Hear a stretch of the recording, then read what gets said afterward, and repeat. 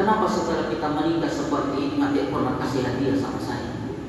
Suami jawab, Bu, nggak tahu itu nelayan? Tahu. Apa itu nelayan? Nelayan itu orang yang profesinya mencari ikan. Coba lihat itu nelayan. Ketika dia pergi memancing, dia kasih umpan. Saat ikan dia bawa pulang ke rumah. Ketika sampai di rumah, apakah ikan itu dikasih makan umpan lagi? DP istri bilang tidak. Nah, itu yang harus paham.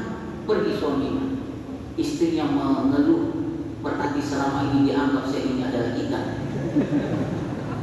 Saat tengah malam, jam 12 malam dia pulang suaminya, dia kunci pintu kamar, lalu suaminya ketuk pintu. Bu, buka pintunya, saya mau tidur dengan kamu. Dia diam. Bu, buka pintunya, saya mau tidur dengan kamu. Begitu dia buka pintu, istrinya tanya, nggak mau apa? Dia bilang, saya mau tidur dengan kamu. Istrinya tanya, nggak tahu itu nelayan? Dia bilang, tak apa. Nelayan itu orang yang profesinya mencari ikan. Pernah dengar ada nelayan tidur dengan ikan?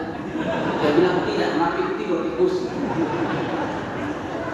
Jadi karena Ramadan ini merupakan hadiah yang terindah, maka kita harus memanfaatkan bulan suci Ramadan ini dengan sebaik-baiknya.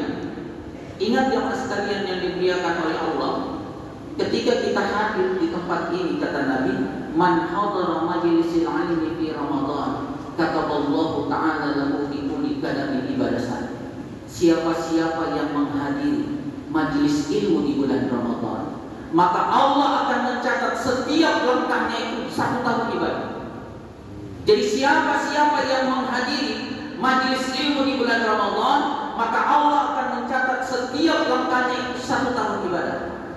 Bisa dibayangkan kalau kita dari rumahnya Pak Imam 100 langkah, berarti sudah 100 tahun. Kalau dia PP 200 tahun. Padahal umur kita tidak mencapai 200 tahun. Orang tanya, Ustaz, kalau naik motor dihitung putaran motor. Makanya kalau kita masih aduh putar dulu. Nanti harus bensin baru ngador. Itu lebih banyak pahala. Oleh karena itu jemaah sekalian yang dimuliakan oleh Allah Subhanahu wa taala, kesimpulannya adalah yang pertama, jangan mengejar mati-matian sesuatu yang bisa kita tinggalkan mati.